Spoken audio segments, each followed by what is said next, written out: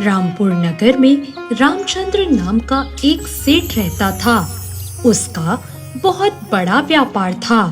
यूं तो उसके नाम में ही भगवान का नाम था, पर वो कभी ईश्वर में यकीन नहीं करता था। लेकिन उसकी पत्नी श्यामा बहुत ही धार्मिक औरत थी और माँ दुर्गा की भक्त थी। उन्हें एक दिन एक बच्चा हुआ। अजी सुनते हो, आज माँ दुर्गा का पंडाल सजा है और हमने अभी तक हमारे लल्ला को माता रानी के दर्शन नहीं कराए। आज शाम हम वहाँ दर्शन करने चलेंगे।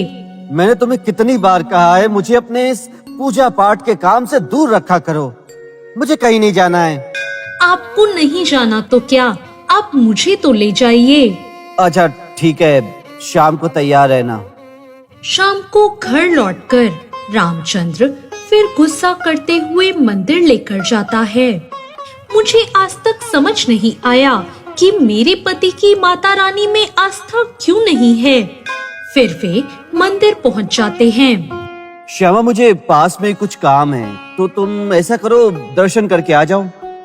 अरे, मैं मुन्ने को तो साथ ले जाऊं ना। नहीं नहीं, मुन्ने को मुझे तुम्हारी तरह नहीं बनाना है, वो मेरे ही साथ रहेगा। श्यामा उदास मन से मंदिर में प्रवेश करती है और माँ दुर्गा को प्रणाम करते हुए कहती है, माँ मुझे क्षमा कर दीजिए, मैं कुछ भी कर लूं, मेरे पति के मन में आपके प्रति आस्था नहीं जगा पाई।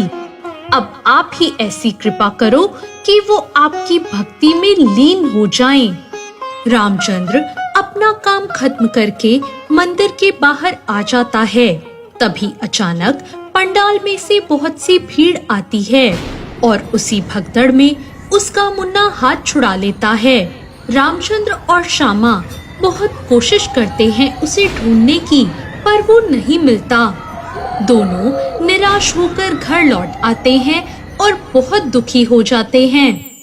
ये क्या हो गया, अब हम क्या करेंगे? हम अपने मुन्ने को कैसे ढूंढ पाएंगे? ये सब मेरी वजह से ही हुआ है। ना वो मेरे साथ रहता और ना ही वो खोता। नहीं, आपकी कोई गलती नहीं। मैंने ही आपको साथ में मंदिर चलने को कहा था। अगले दिन सुबह सुबह दोनों अपने लल्ला को ढूंढने के लिए निकल जाते हैं, लेकिन श्यामा माँ दुर्गा की मूर्ति के सामने बैठकर रोने लगती है और कहती है, हे माँ, हमसे जो भी भूल हुई है उसे क्षमा कर दो, बस मेरा मुन्ना लौटा दो। श्यामा, अब यहाँ समय खराब ना करो, हमें चलना चाहिए। दोनों निकल ही रहे होते हैं कि उनके द्वार पर 9 कन्याएं भोजन करने पहुंच जाती हैं। तुम सब आज यहाँ कैसे? आप भूल गई हैं, आपने तो हमें आज के दिन भोजन पर बुलाया था। श्यामा को याद आता है कि आज दुर्गा नवमी है और वो इस दिन कन्याओं को भोजन कराती है, लेकिन आज ये संभव नहीं है। वो हमें नहीं पता, हम तो भोजन करके ही यहाँ से जाएंगे। बहुत भूख लगी है, आप जल्दी से खाना खिला दें। श्यामा और रामचंद्र दोनों ही मना नहीं कर पाते और श्यामा उन कन्याओं को आदर सहित बिठाकर भोजन कराती है। और कुछ समय में, हम तो सिर्फ कन्याएं हैं, एक बालक भी तो चाहिए साथ में भोजन करने के लिए, पर बालक नहीं है अभी। क्यों? आपका तो एक बेटा है ना? ये बात सुनकर श्यामा और रामचंद्र दोनों ही रोने लगते हैं। क्या बात है, आप क्यों रो रहे हो? रामचंद्र सारी बात बताता है और उनसे भोजन ग्रहण करने को कहता है और माँ दुर्गा से प्रार्थना करके माफी मांगता है। पर बिना बालक तो कन्या भोज होगा ही नहीं। इतने में ही घर का दरवाजा खटखटाने की आवाज आती है। श्यामा जैसे ही दरवाजा खोलती है, चकित हो जाती है। माँ दुर्गा समान एक बहुत ही सुंदर स्त्री बहुत से सुंदर आभूषण पहने खड़ी थी और साथ ही उसका बच्चा भी था। रामचंद्र और श्यामा को उनका लल्ला सौंपकर वो कहती है, ये मुझे पंडाल के सामने मिला है, आपका पुत्र है क्या?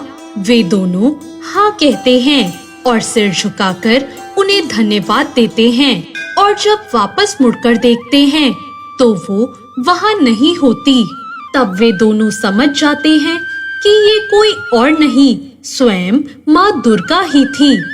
रामचंद्र माँ दुर्गा से माफी मांगता है और क्षमा याचना करता है और आगे से पूरी खुशी के साथ वो हर वर्ष कन्याओं को भोजन कराने लगता है। तो ये थी आज की कहानी। आपको माँ दुर्गा के चमत्कार की ये कहानी कैसी लगी?